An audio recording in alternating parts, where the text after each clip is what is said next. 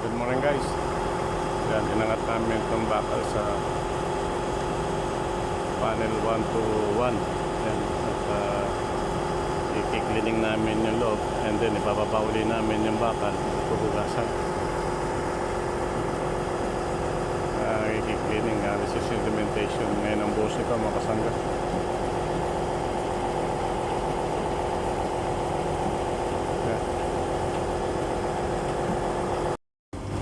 Yan guys, nililinis na natin yung 1 to 1.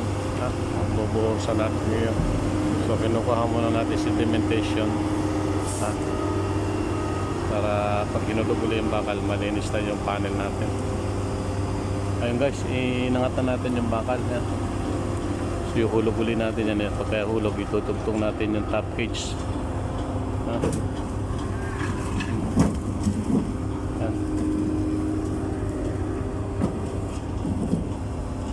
Yan, nililinis natin yung excavation panel para pag inulog yung bakal natin, wala ng sedimentation.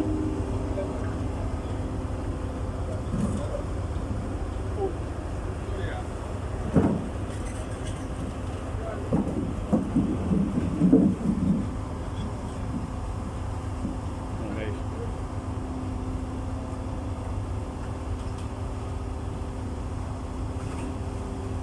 Ngayon, ihulog na natin yung bakal ulit pagkalinis nitong excavation panel.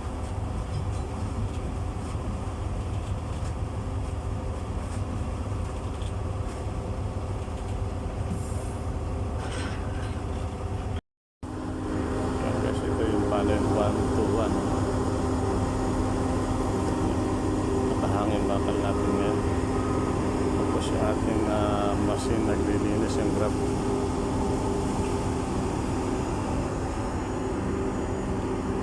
Tapos ng paglilinis na ito, pupulugan natin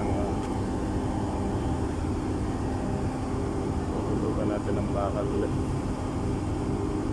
Yan, dito tayo sa working platform ng 1 to 1.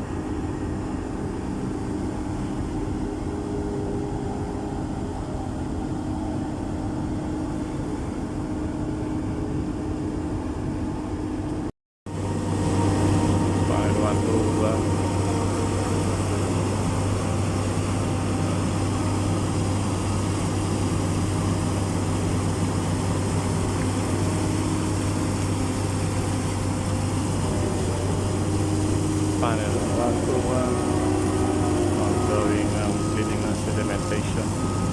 Tapos na guys yung buhos ng kaso nagpo-problema sa semento kaya na-delay yung pagbuhos ng 1 to 1. So ngayon naka-schedule ng buhusan okay na yung tantan.